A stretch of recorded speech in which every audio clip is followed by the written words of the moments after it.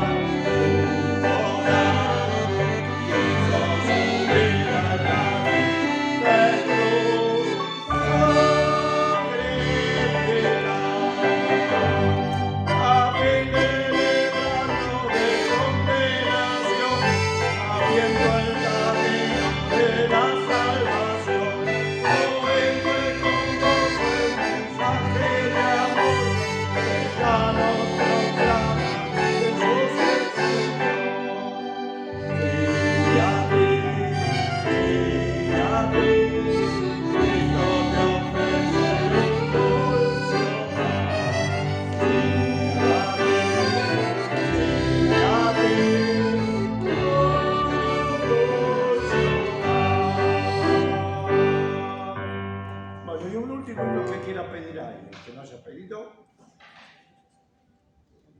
¿Ninguno? El 163, ¿se conoce? A ver. 163. Yo no me acuerdo. A ver si lo tocan un poco. El amor de Dios es grande. Yo no lo conozco. ¿Vos, Marta, lo conocés? Sí, sí. El amor de Dios es grande.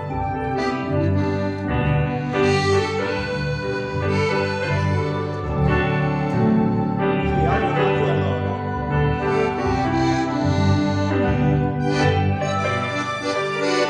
Bueno, vamos a cantar la primera y última estrofa, ¿eh?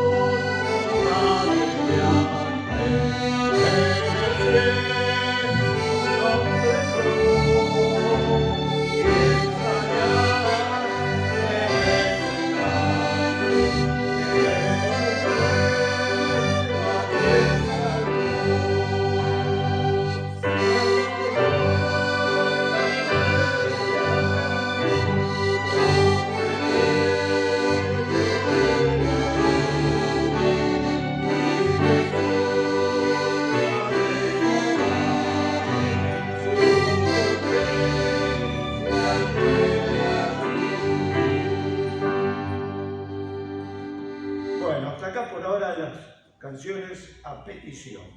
Voy a invitar a Enrique que tenga una oración antes de seguir con la reunión. Oremos. Gracias, Señor y Padre nuestro, Señor.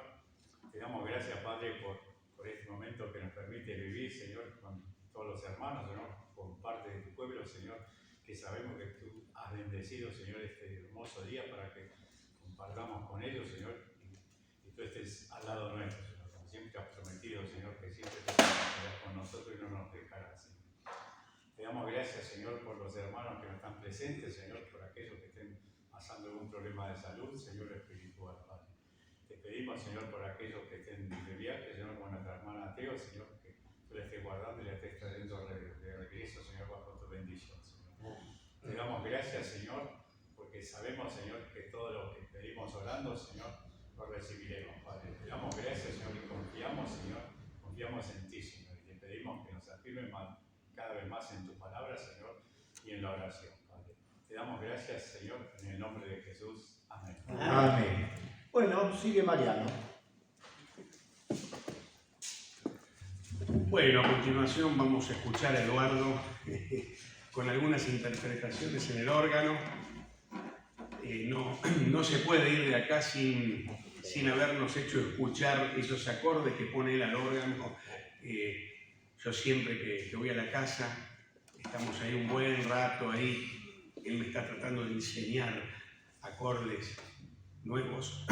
Así que bueno, te vamos a escuchar, Eduardo, 3 himnos, pueden ser así continuados, y después tal vez después del mensaje te pidamos de nuevo. Adelante. Ustedes saben que estos instrumentos modernos tienen un montón de teclitas por allí, así que como no lo conozco demasiado, voy a ser muy sobrio en el uso de las teclas, de los registros, y si hay alguna cosa que sale mal, disculpen, porque es que no lo conozco bien.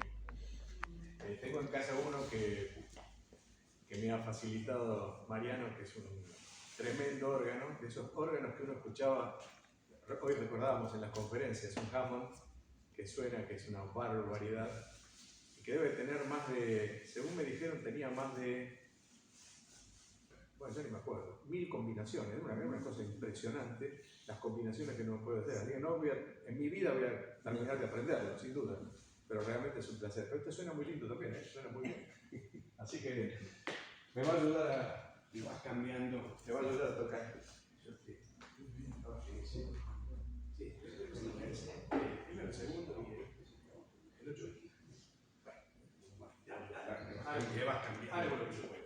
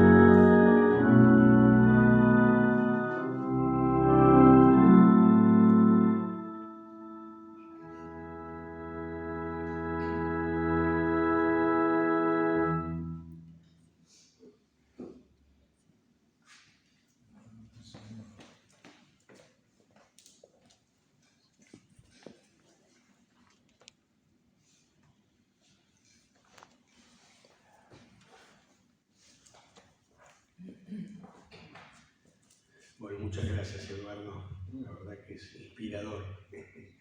Bueno, te dejamos el lugar para que el Señor te guíe en entregarnos la palabra.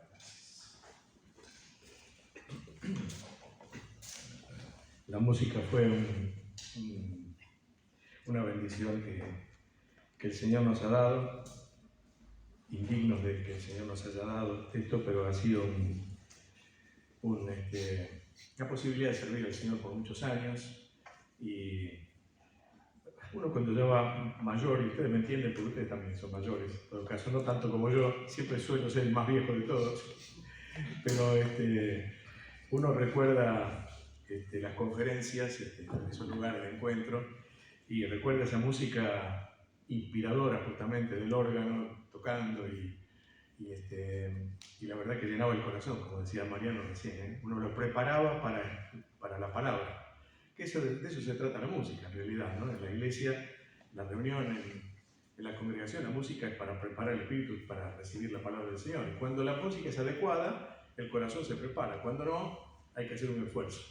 Me ha costado más de una vez remontar ese momento después de mucho ruido, ¿eh? Y entonces tener que dar la palabra y tener que orar al Señor. Señor, haz lo que puedas. Pero cuando la música nuestra música realmente nos ayuda y nos prepara el corazón. Y ojalá hubiera sido esto en esta mañana. Bueno, Hechos de los Apóstoles, capítulo 4, por favor. Para mirar en la Escritura lo que le comentaba a Mariano que iba a ser nuestro tema de hoy, poder en tiempos de crisis. Hechos 4 y el versículo 23. Dice así: y puestos en libertad, está hablando de Pedro y Juan, vinieron a los suyos y contaron todo lo que los principales sacerdotes y los ancianos les habían dicho. Y ellos, habiéndolo oído, alzaron unánimes la voz a Dios y dijeron: soberano Señor, tú eres el Dios que hiciste el cielo y la tierra, el mar y todo lo que en ellos hay. Que por boca de David, tu siervo, dijiste: ¿por qué se amotinan las gentes y los pueblos piensan cosas vanas? Se reunieron los reyes de la tierra y los príncipes se juntaron en uno contra el Señor y contra su Cristo, porque verdaderamente se unieron en esta ciudad contra tu santo Hijo Jesús, a quien ungiste Herodes y Poncio Pilato con los gentiles y el pueblo de Israel, para hacer cuanto tu mano y tu consejo habían antes determinado que sucediera. Y ahora, Señor, mira sus amenazas y concede a tus siervos que con todo denuedo hablen tu palabra, mientras extiendes tu mano para que se hagan sanidades y señales y prodigios mediante el nombre de tu santo Hijo Jesús. Cuando hubieron orado, el lugar en que estaban congregados tembló, y todos fueron llenos del Espíritu Santo y hablaban con denuedo la palabra de Dios. Y la multitud de los que habían creído era de un corazón y un alma, y ninguno decía ser suyo propio nada de lo que poseían, sino que tenían todas las cosas en común. Y con gran poder los apóstoles daban testimonio de la resurrección del Señor Jesús, y abundante gracia era sobre todos ellos. Hasta aquí la palabra. Oramos al Señor.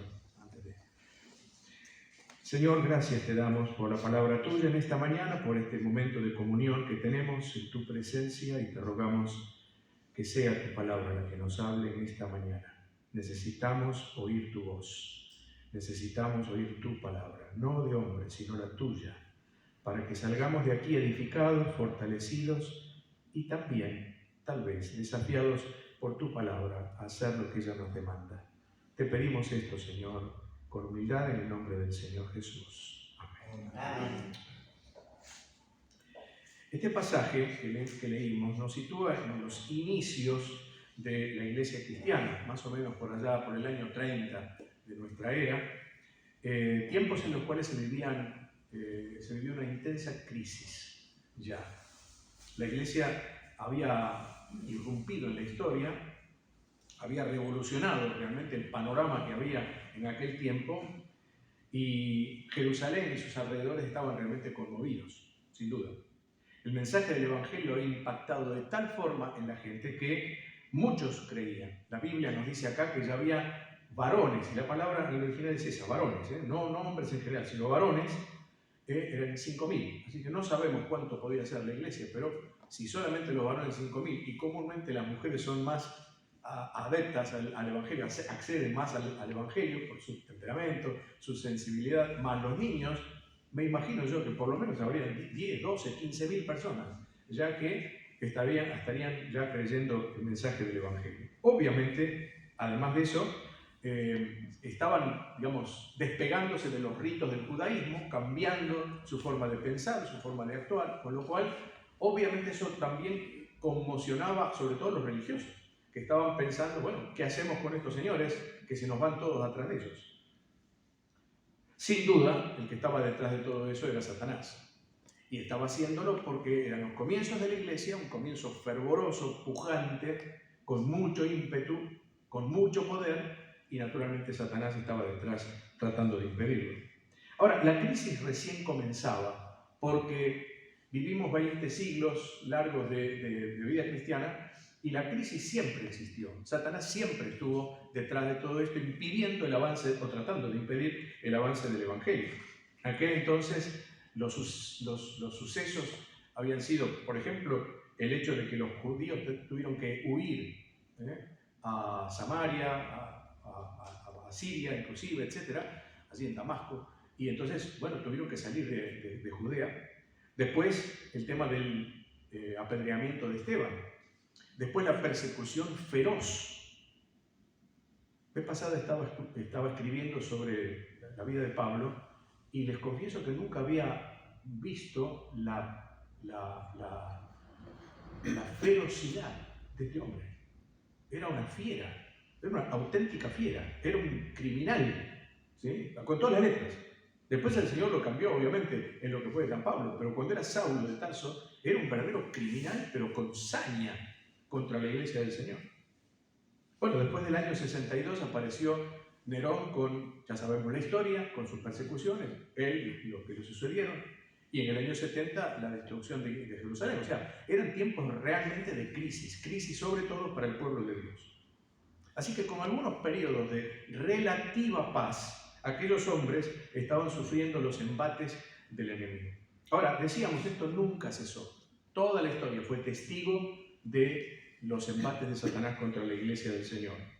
Y esta persecución intelectual y física, cada vez más fuerte, en nuestros días también se vive y se vivirá cada vez más fuerte.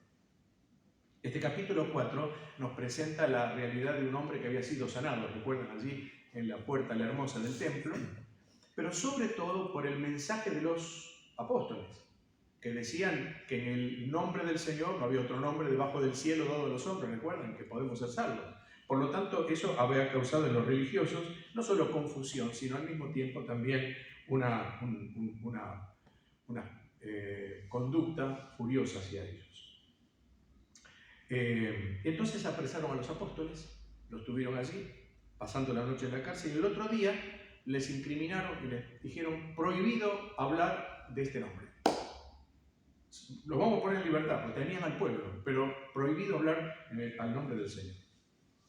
Ellos le dijeron: bueno, es imposible que nos pidas esto, porque vamos a seguir diciendo lo que hemos visto y hemos oído. O sea, no tenían ningún empacho. ¿Volvemos otra vez a la cárcel? Volveremos a la cárcel, pero el mensaje va a seguir siendo predicado. El temperamento, la valentía de estos hombres es tremenda. Hermanos, hoy en día también sucede. Hoy en día también sucede. Vivimos un tiempo similar, aunque en nuestro país todavía, por la gracia de Dios, tenemos esa puerta abierta, nadie nos molesta, nadie viene a censurarnos, nadie viene a llevarnos presos. Hoy en día en muchos países está sucediendo eso. Nosotros estamos orando todos los jueves en la iglesia por lo que se llama la iglesia perseguida, y hay una hay una publicación que se llama La Iglesia de los Mártires, y estamos siguiendo lo que ocurre en muchos países, no solamente islámicos, estos extremistas, sino inclusive, hermanos, países del primer mundo, donde ya no se puede predicar libremente, donde ya no se puede censurar el pecado, donde la palabra pecado inclusive es una palabra que no se puede usar porque discrimina a la gente, donde no se puede hablar de la homosexualidad como pecado, no se puede hablar del aborto como pecado, etc. Esos pecados que lamentablemente hoy son normales, digamos. Así que, aún en ese primer mundo donde nos parece que hay libertad, ya el Evangelio está siendo atacado ferozmente. Y permítanme decirle, no quiero ser ni profeta, ni agorero, ni nada por el estilo, pero eso va a suceder acá también. Va a llegar. ¿Saben? Todo llega. Todo llega. Y va a llegar el momento cuando vamos a tener esas dificultades. Vamos a tener, a lo mejor no nos cierran las iglesias, pero nos dicen, bueno, pero de esto no se puede hablar. Y vamos a tener que o acatar o correr con los riesgos. Y vamos a tener que saber que los tiempos que vivimos también van a ser tiempos de profunda crisis. Yo no sé si el Señor viene antes, ojalá sea así, pero si no, nosotros también vamos a pasar seguramente por esos momentos. Ahora, no debemos temer porque cuando hay oposición, siempre que hay oposición, también hay crecimiento de las iglesias. Es notable, pero los países como China, como la India, que tienen restricciones serias al Evangelio, donde los matan, encarcelan, quitan los bienes, etc., son los lugares donde más está creciendo el Evangelio. Eso pasó en mi patria, yo soy español. Cuando hubo tiempos de persecución, la Iglesia romana era la que imperaba bajo la dictadura de Franco, etc. Uno decía, bueno, ¿cómo hacen para reunirse? Y les digo, yo estuve en aquel tiempo y no se podía tener predicación del Evangelio, por ejemplo, y los hermanos, las iglesias se respetaban, pero no se podía anunciar así libremente. Era increíble el amor que había. Estoy hablando del año 57, la primera vez que yo volví, ya un poquito más grande, a España. Fue ganándose la libertad, la libertad, la libertad. A medida que había más libertad, había menos fervor. A medida que había más libertad para predicar el Evangelio, las iglesias iban disminuyendo. Hoy en día, España, salvo algunos lugares, el resto muchas veces da pena, porque hay mucha libertad, poco crecimiento. Ahora pensamos esto, la iglesia no va a sucumbir nunca, por varias razones. Primero, porque Dios es su autor, porque Cristo es su salvador, porque el Espíritu Santo es el que la guía, porque la palabra de Dios es el que la sustenta. Por lo tanto, la iglesia del Señor no va a sucumbir, el Señor lo dijo. Ni las puertas del infierno, o del Hades en todo caso, van a prevalecer contra ella. Sin embargo, creo que deberíamos pensar, a la luz de lo que ocurre y lo que puede llegar a ocurrir, a la luz de estos tiempos que vivimos tan complejos, donde el pecado avanza, crece, donde la fe disminuye, ¿qué rol tenemos que cumplir como iglesias del Señor? ¿Cuál es nuestra misión aún en el mundo? Y por cierto, no es mantener nuestra fe como si fuera una religiosidad y decir, bueno, estamos. No, la iglesia del Señor tiene que tener ese desafío que los tiempos de hoy nos presentan. Y ese desafío no es para la iglesia como una entelequia, sino es para cada uno de nosotros. Es para mí, el primero, y para ustedes también, hermanos. ¿Qué hacemos con eso que Dios nos ha dado? ¿Qué hacemos con este evangelio que tenemos que predicar? ¿Qué hacemos con esta palabra que tenemos que enseñar?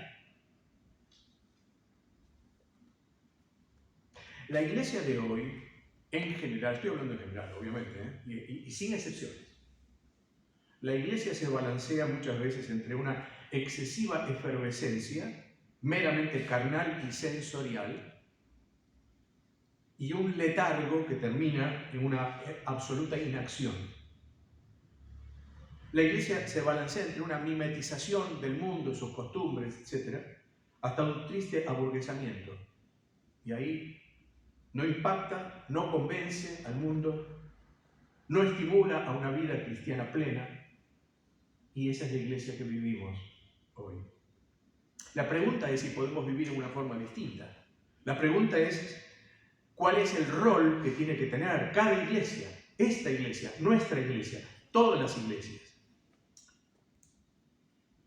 Yo quiero ver con ustedes en estos versículos que leímos 3 rasgos que deberían tener cada congregación para ser una congregación como esta de Jerusalén, que uno envidia, ¿verdad? No envidia, no sé si envidia santa, envidia santa, no sé si existe, pero bueno, con ese deseo de ser como ellos, ¿verdad? De ser esa iglesia pujante, esa iglesia arrolladora, esa iglesia que llevaba el mensaje, que salvaba las almas, que crecían, que maduraban los creyentes, que daba misioneros al mundo.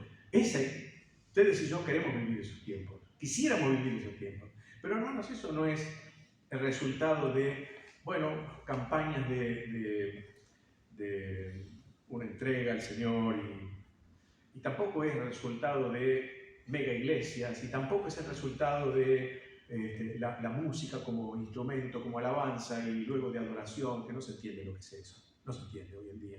No son esas cosas de afuera, no es un cambio exterior, no es una renovación de formas, sino una renovación interna, interior. Eso es lo que se necesita. Iglesias con esa renovación interior que produce el Señor, su Espíritu y la Palabra. 3 cosas: comunión, oración y unción. Esas son las 3 cosas que yo veo en este pasaje y que me gustaría que compartamos juntos en breves momentos en esta mañana. Es un pasaje sublime sublime en serio, que da para estudiarlo a profundidad.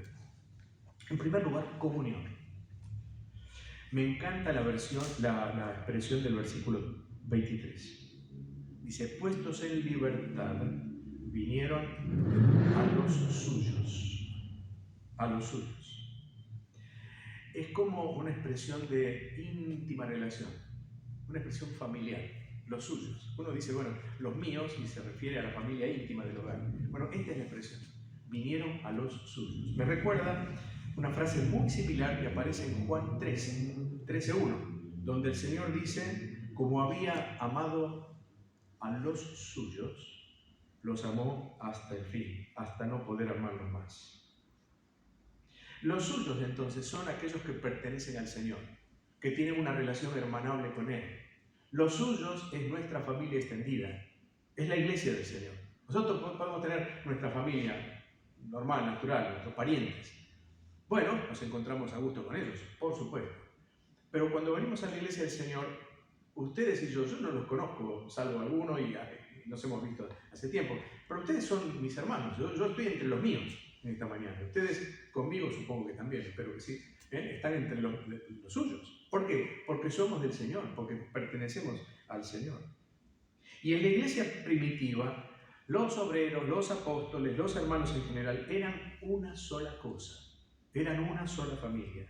Dice en el versículo 24 que leímos, alzaron unánimes la voz a Dios. En el versículo 32, que también leímos, dice, la multitud de los que habían creído era de un corazón y de un alma. Ellos tenían el mismo sentimiento, el mismo proyecto, el mismo propósito. Esos creyentes, que eran los suyos para Juan y Pedro, era una multitud, pero no había jerarquías, no había autoridades, había responsabilidades, había dones distintos. Cada uno ocupaba su lugar, cada uno tenía su sitio en la iglesia del Señor, pero todos iban para el mismo lado, todos tenían el mismo pensamiento, unanimidad, no eran iguales, tenían unanimidad, tenían el mismo pensamiento.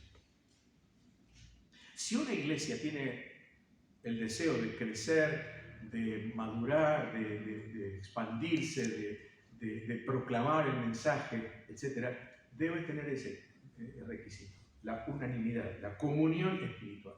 Esa comunión como la que dice el Salmo 133, mirad cuán bueno y cuán delicioso, es una expresión muy linda, no la explico, pero tiene una connotación muy interesante. Cuán bueno y cuán delicioso es habitar los hermanos juntos, ¿y qué más dice? En armonía. Ese es el punto. Hemos hecho un poco de música, no ensayamos nunca, algunas notas se fueron por allí, pero cuando coincidimos había armonía, porque los acordes son los mismos y entonces suena bien.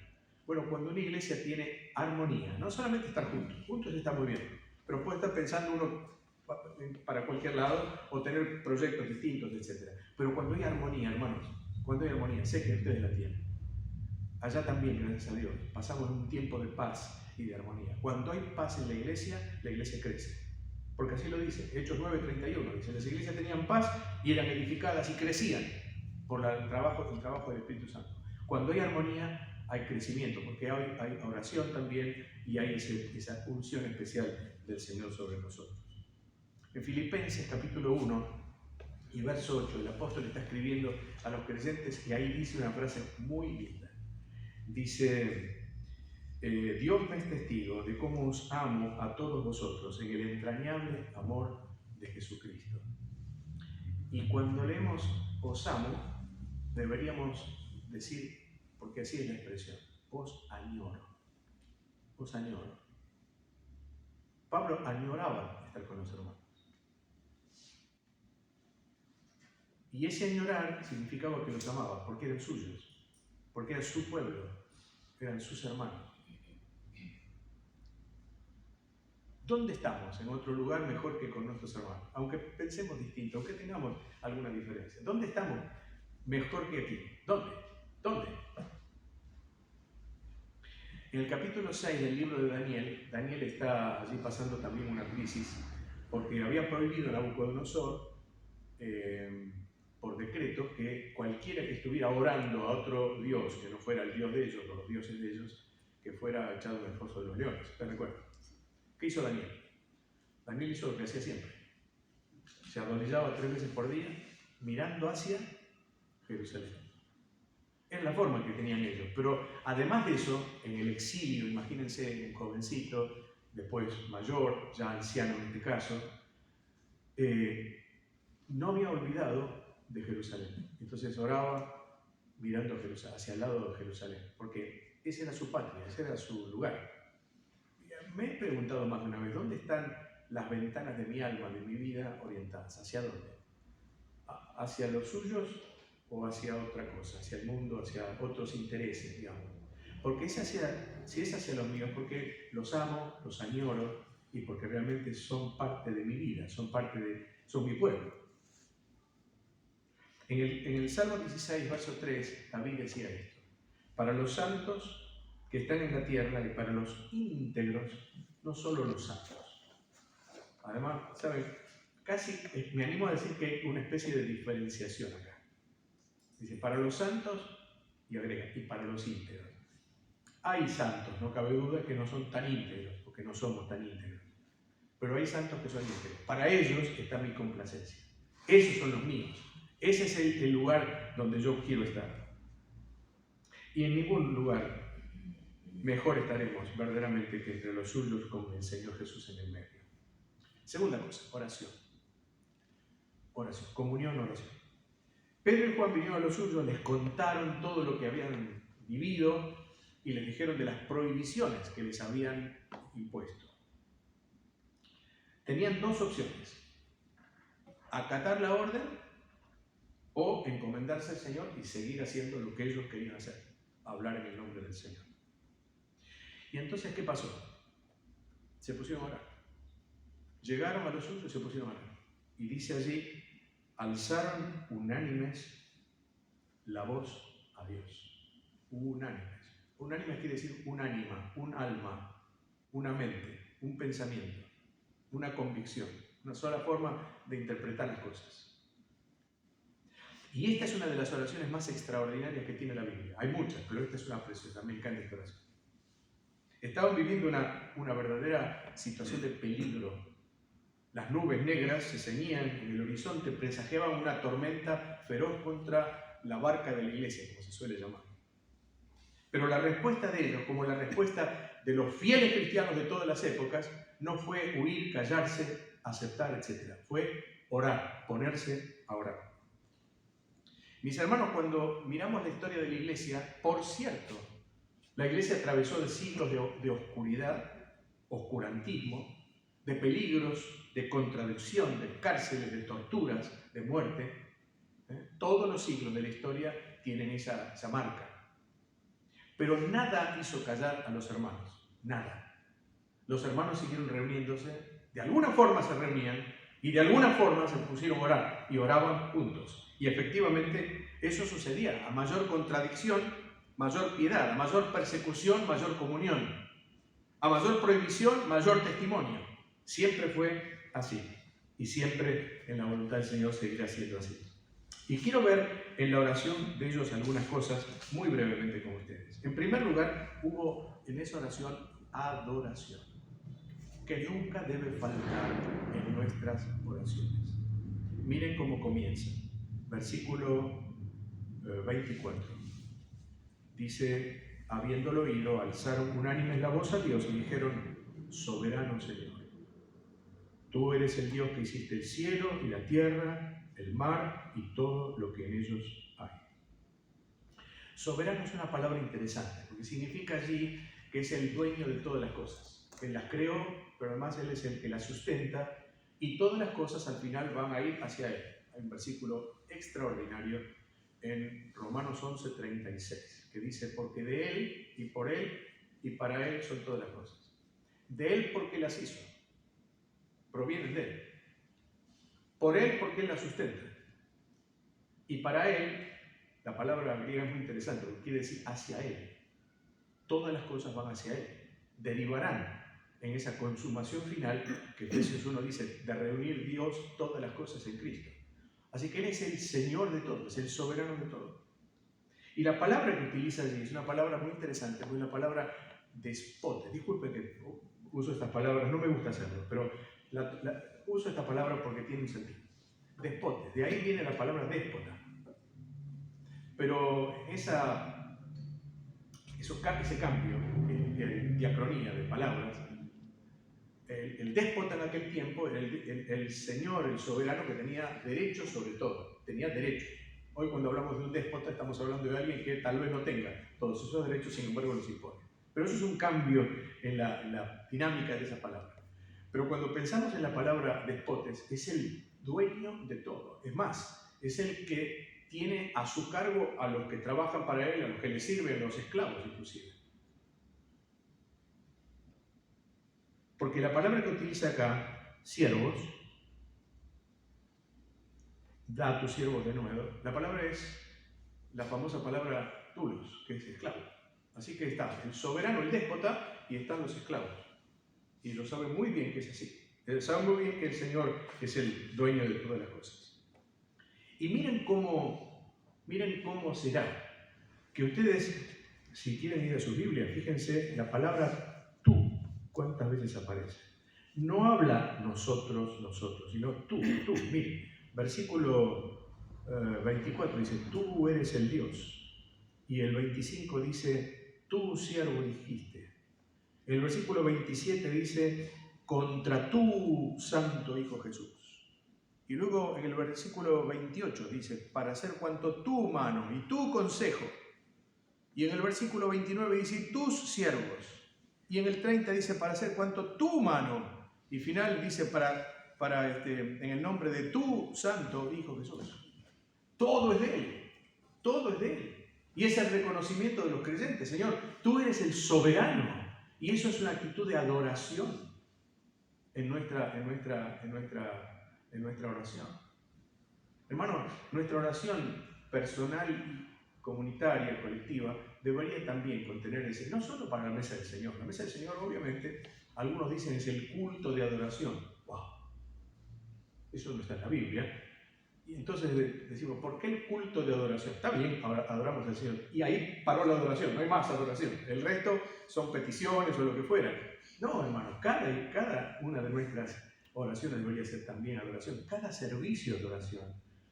Cuando hablamos, cuando tocamos la música, cuando predicamos, cuando damos testimonio, todo es adoración. Cuando trabajamos en lo secular, la adoración no es una acción, es una actitud. Y yo cuando sé que el Señor es el soberano, que yo soy su siervo, nada más, entonces tiene que haber ahí una actitud de adoración. Señor, todo es tuyo. Todo es tuyo. Y de lo tuyo, de lo recibido de tu mano, te damos. Hubo también humildad, decíamos, la palabra siervos allí. Significa, es una palabra muy fuerte, significa alguien que no tiene derechos. El esclavo no tiene derechos. Es de segunda, o tercera, o quinta. Así que cuando uno ve la palabra siervo, lo importante es el mandato del amo, no la condición del siervo, porque él no tiene derechos. Pero entonces lo importante ahí es la condición del amo. Es el amo el que vale ahí. Es el amo el que impone las reglas, el que manda. Hubo humildad, hermanos, en la oración. Y hubo unidad en esa oración. Todos se consideraban así. La falta de unidad sin duda estorba la oración. Pero la falta de oración deriva siempre en falta de unidad. Debemos orar y orar pensando que somos sus siervos. Hubo confianza también. El término soberano indica aquel que está por encima de todo, que es el dueño de los siglos y de la historia. Y en la oración, recuerdan lo que sucedió con el Señor Jesucristo. Se habían unido, como leímos, Herodes, Poncio Pilato, los gentiles y el pueblo de Israel, todos. Pero realmente no habían sido ellos los que habían determinado que el Señor Jesucristo muriera, sino lo hicieron para cumplir cuanto tu mano y tu consejo habían antes determinado que sucediera. Hermanos, podemos confiar porque el que está detrás de todas las cosas, las buenas, las malas, las difíciles, las no, los momentos de alegría, los momentos de tristeza, los momentos de pérdidas que no entendemos, que nos dejan sin respuesta, el Señor está. Es Él el que lo dispone. Las cosas se cumplen porque Dios lo permite. Los hombres pueden rugir contra Dios, pueden, como esto, una contracción, una insurrección. Todo el mundo puede estar insurrecto contra el Señor. Pero el plan de Dios se va a cumplir. Los hombres pueden crear ideologías, pueden crear lo que se llama ahora el nuevo orden mundial y pensar que ellos son los que dominan la historia. Nada de esto. Nada de esto. Dice Eclesiastés 3:37, ¿quién será aquel que diga que sucedió algo que el Señor no mandó? Así que nuestra oración no solamente tiene que responder a la adoración, tiene que responder a la humildad, pero también a la confianza. Hermanos, tenemos un Dios grande, muy grande. No sabemos, no entendemos, no dimensionamos lo que es Dios y el poder de Dios. Lean Efesios 3, la supereminente grandeza de su... es impresionante eso.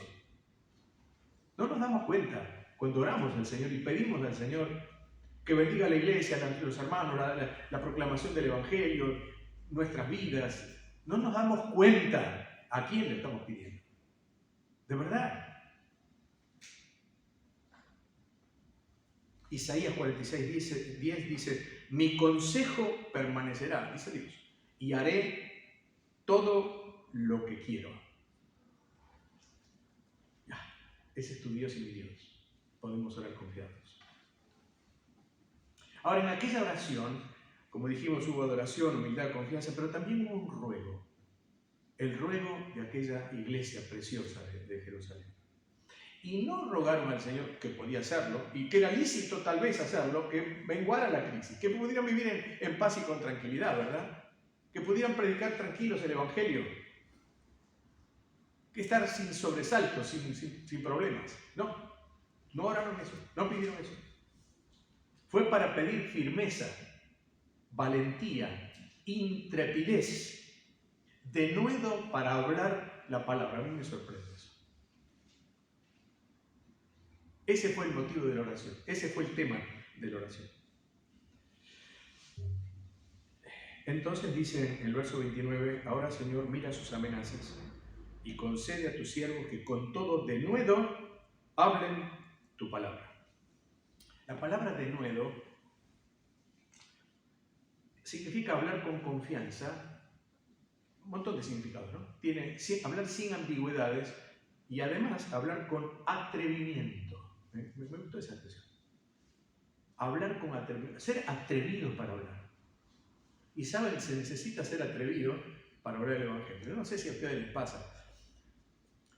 Nosotros vamos allá a evangelizar. No crean que no me cuesta dar un folleto y que te diga no.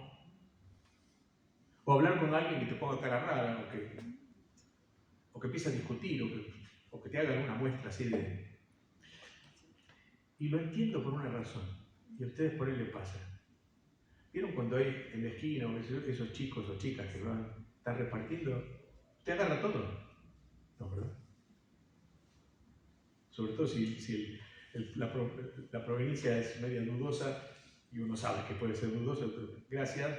Y yo digo, bueno, tienen el mismo derecho a decirme a mí que lo que yo le digo a ellos. Entonces los entiendo. Pero es un poco difícil.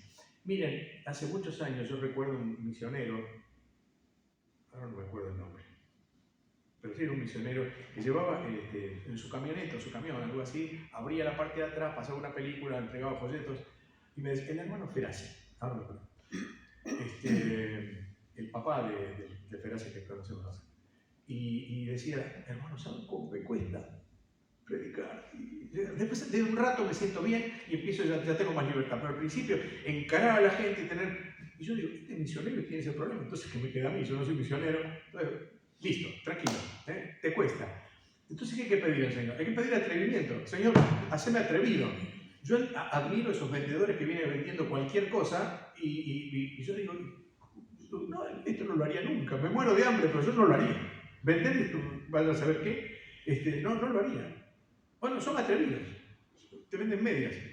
Medias, Señor, y obviamente yo no les compro, pero tienen atrevimiento. Y hermanos, para predicar el Evangelio necesitamos atrevimiento, para dar testimonio necesitamos atrevimiento, porque no es fácil predicar el Evangelio, no es fácil, pero tenemos que hacerlo. Y si no, ¿cómo se van a enterar?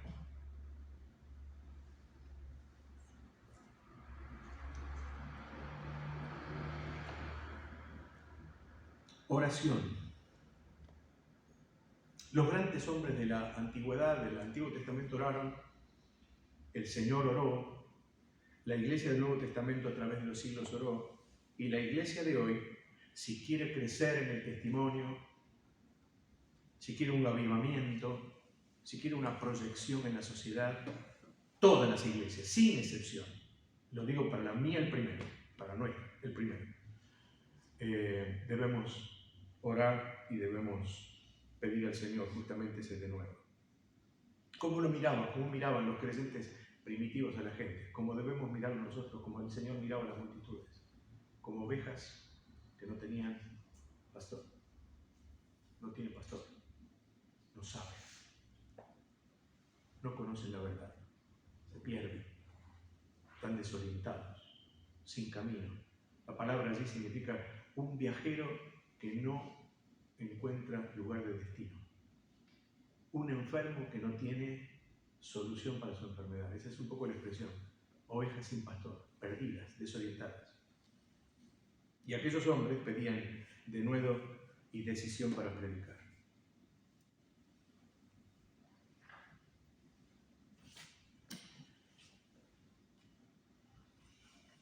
Comunión, oración, finalmente unción. Dios nos ayude a tener comunión, a amar a los nuestros. Dios nos ayude a amar la oración y el pedido al Señor de denuedo. Pero ahora falta también esa unción. Y no me refiero al Espíritu Santo, sino a ese poder especial que el Señor les dio como resultado de esta oración. Los resultados fueron tremendos allí. Fue como una ráfaga de aire fresco que entró en aquel lugar y los inundó, y como que el cielo los llenó de poder, sin duda. Y hay varias cosas ahí que quiero mirar con ustedes, brevemente. No quiero... ¿Estoy bien en tiempo? ¿Estoy bien en tiempo? ¿Sí? ¿O hay que terminar? ¿Unos minutos más? ¿Puede ser? Sí. ¿Está bien? Bien. En primer lugar, hubo plenitud espiritual. Ese fue el primer resultado de la oración de aquellos hombres. Dice el verso 31. Cuando hubieron orado, el lugar en que estaban congregados tembló. Y todos fueron llenos del Espíritu Santo. No sé lo que es eso. Ojalá lo sepan un día. Ojalá. No sé lo que significa terminar de orar y sentir que el lugar tiembla. Al menos que yo tiemblo, que los hermanos tiemblan. Una vez recuerdo, habló un predicador, un hermano, lo quiero mucho, y cuando estaba hablando, era tal el poder de ese mensaje que yo sentía dentro una conmoción. Les digo de verdad. No estoy hablando de una experiencia de estas, no, estoy hablando de algo en serio y además íntimo y personal. Y yo sentía dentro una conmoción, la palabra me conmocionó. Me pasó algunas veces. Pero en este caso, como resultado de la oración, dice, el lugar tembló. Y dice, todos fueron llenos del Espíritu Santo. ¿Qué es eso? ¿Qué significa eso? ¿Cómo se obtiene esa llenura del Espíritu Santo?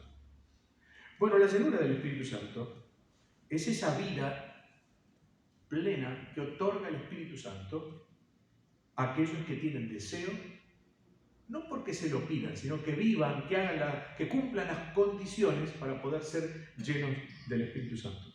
Es la vida en abundancia que dijo el Señor ahí en Juan 10, que vino a traernos. Vida en abundancia, vida de plenitud espiritual. Es una vida de obediencia a la palabra. Es una vida de comunión real con el Señor, de confesión permanente, de santidad genuina, de fruto espiritual, de servicio consagrado dedicado al Señor. Esa es la vida de plenitud espiritual. De un testimonio limpio, de un testimonio efectivo hacia los demás. Pablo lo dice en Efesios 5:18. Dice, no os embriaguéis con vino, en lo cual hay disolución. Hay problemas, hay desorden. Dice, sino, sed llenos, antes bien, sed llenos del Espíritu Santo. Pero déjenme decirles cómo lo dice mejor en el griego original. Dice, antes bien, permitir ser llenados continuamente por el Espíritu Santo. Recién el hermano preguntaba, digamos, el Señor enseña su palabra, el resto, ¿a quién queda hacerlo? A nosotros. Somos nosotros, es usted y yo, hermano, los que podemos o no permitir ser llenados. Yo no me voy a llenar nunca. Ser llenado no significa tener más del Espíritu Santo. Ser llenado significa que el Espíritu Santo controle mi mente, mi corazón, mis actitudes, mi testimonio, mi conducta, mi servicio, toda la vida. Pero eso significa que yo le dé lugar. Por eso dice permitir ser llenado. ¿Cuándo? Continuamente. ¿Por qué? Porque la llenura del Espíritu Santo se puede, por cualquier pecado se pierde. La unión con el Señor no se va a perder, pero la comunión con el Señor se va a dañar. El Espíritu no se va a ir de mi vida nunca. Es sello de propiedad del Señor. Pero la plenitud del Espíritu Santo sí se puede ir. Y depende de mí, de que yo le dé lugar al Señor. Y usted me dirá, bueno, pero ¿esto para quién es? Tal vez para los predicadores, enseñadores, los misioneros, los ancianos de las iglesias, los hermanos que saben mucho de Biblia. ¿Usted cree que en los 10.000 que había acá eran todos así? No eran todos misioneros, no eran todos ancianos.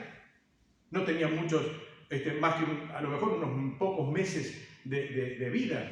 No estarían acá los 10.000 en esta oración, estaría un grupo, sin duda. Pero de todos modos, ellos no serían lo que nosotros pensamos. ¿Y qué dice la Escritura? ¿Cuántos fueron llenados?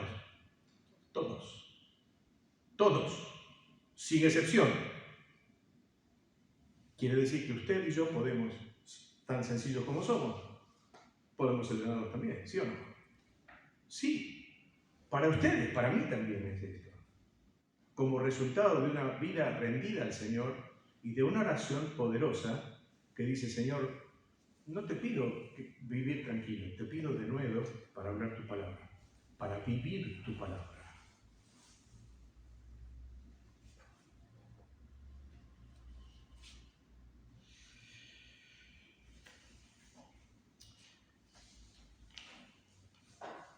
Para ser llenos del Espíritu Santo, obviamente necesitamos vaciarnos de nosotros mismos y de todas aquellas cosas que impiden la plenitud del Espíritu Santo. Es no contristar al Espíritu, es no apagar al Espíritu, es vivir conforme al Espíritu, es andar en el Espíritu.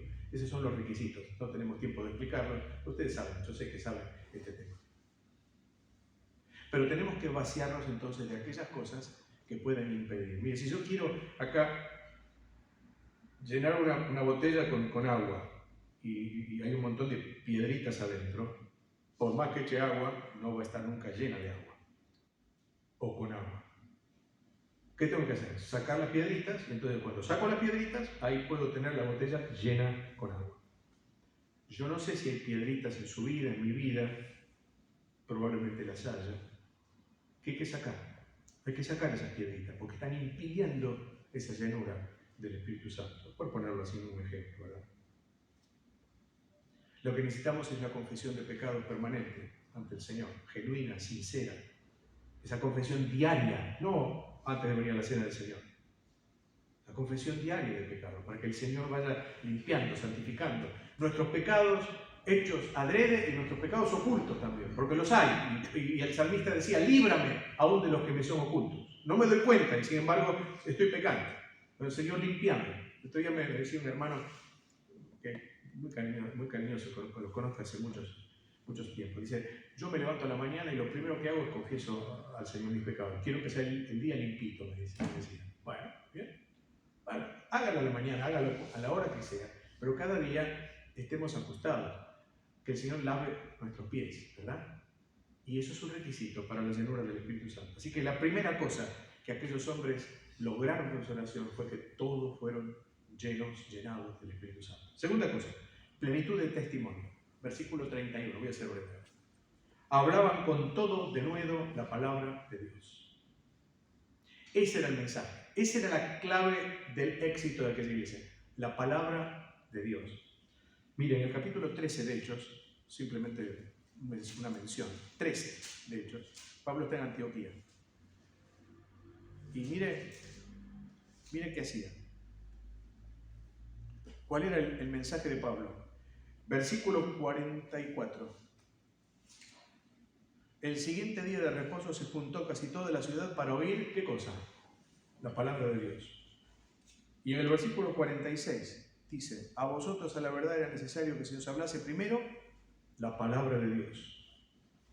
Y en el versículo 48 dice, los gentiles oyendo esto se regocijaban y glorificaban la palabra de Dios. Y en el versículo 49 dice, y la palabra del Señor se difundía. ¿Cuál es el secreto de aquellas iglesias? De que el mensaje impactara en la vida de las personas y cambiara, transformara. Uno dice ahora, me lo decía el otro día un hermano, y es verdad. Es cierto que se siguen convirtiendo las personas, gracias a Dios. Gracias a Dios. Pero no siempre uno mira esas conversiones, permítanme, lacrimógenas, pero lacrimógenas no por fuera, ¿no? Eso cuando se conmovía el corazón, se conmueve el corazón. No sé cómo usted se convirtió, yo me convertí de niñito, así que no tenía mucho entendimiento. Yo he visto gente mayor que llora, en serio, y llora con esa lágrima de arrepentimiento genuino. Bueno, ¿sabe qué? No habrá conversiones genuinas, habrá muchos convencidos tal vez, pero no habrá conversiones genuinas si no se predica la palabra de Dios. Y no dejemos de predicar la palabra y no prediquemos otra cosa, sino la palabra. Plenitud de testimonio. Hablaban con todo de nuevo la palabra de Dios. Cuánta cháchara que hay hoy en día. Cuánto show que hay hoy en día. Así terminan las cosas. Y así el cielo va a verse ausente de muchas personas que pensamos que podían estar así. Pero no fueron convertidos. ¿Por qué? Porque no se les predicó la palabra. La palabra de Dios. Tercera cosa, plenitud de unidad. Dice el versículo 32. La multitud de los que habían creído eran de un corazón y un alma. Perfecta unanimidad. No eran todos iguales, por cierto. No pensaban todos lo mismo. Eran distintas personalidades, pero todos estaban unidos en un corazón y un alma. Sin egoísmos, sin personalismos que abundan tanto hoy en día, lamentablemente, sino con una demostración de auténtica unidad hermanable y de un propósito, servir a Dios y dar testimonio del Evangelio. Bueno, plenitud de testimonio, de unidad, plenitud de poder. Dice en el versículo 33, con gran poder los apóstoles daban testimonio de la resurrección del Señor Jesús. Gran poder es lo que le falta a la iglesia de hoy y de siempre. Siempre va a faltar justamente ese poder del Señor. Hermanos, el poder no es nuestro, el poder de convertir personas no es nuestro, el poder de edificar vidas no es nuestro. El poder es del Señor.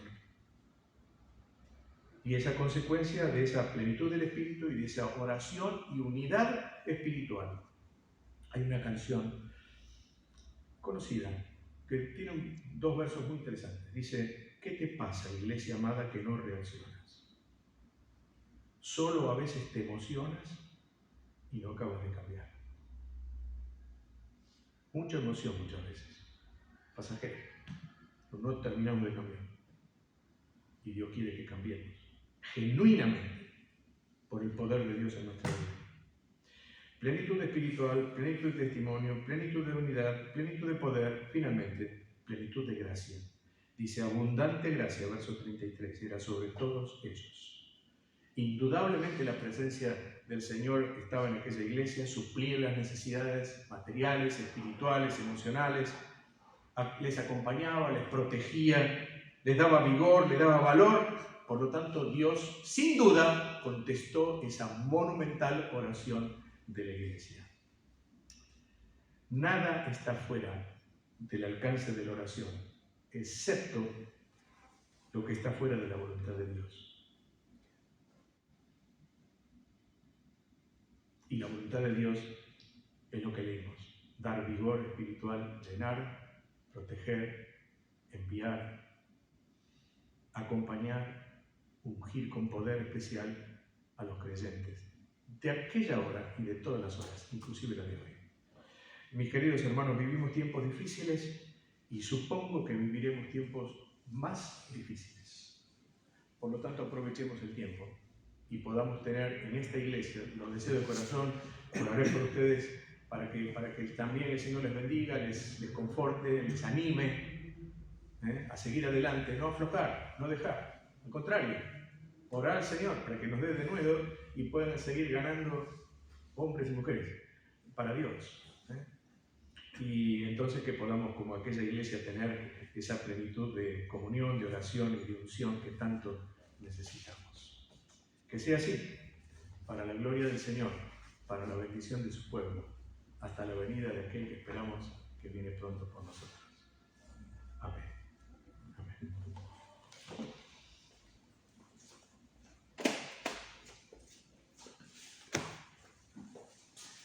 Gracias, Eduardo, por este tiempo, por este servicio que has prestado aquí en la iglesia, en la cena del Señor, en la reunión general, en el acordeón y en el órgano. Servicio completo. Estuvimos orando aquí en la iglesia por vos, por tu familia, y te pedimos que lleves el saludo aquí de la iglesia a los hermanos de Sidemurro. Gracias.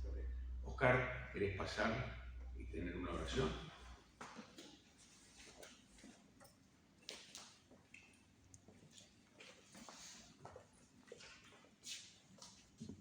Oremos. Dios y Padre nuestro, leemos en tu palabra. Cuántas grandes cosas has hecho por aquellos que han obedecido tu palabra. Señor, y nosotros, en nuestra debilidad y temor, hemos creído en la obra de Cristo en la cruz. Y hoy, día a día, necesitamos, Señor, recordar en quién hemos creído, en su poder, en su magnificencia, para alentarnos y ser valientes, para tener el denuedo que merece y requiere tu palabra. Señor, y te agradecemos. Te agradecemos porque llega a nosotros esas palabras de aliento. Te agradecemos por tu mensajero. Te agradecemos, Señor, porque sabemos en quién hemos creído. Señor, a ti te pedimos tu bendición, esta iglesia de nuestros hermanos y aquellas en donde tu palabra, uno, es predicada con fidelidad, con denuedo, con servicio, con temor y gratitud. Señor, te agradecemos y te pedimos. Tú nos bendigas. En el nombre del Señor Jesucristo. Amén. Amén. Amén.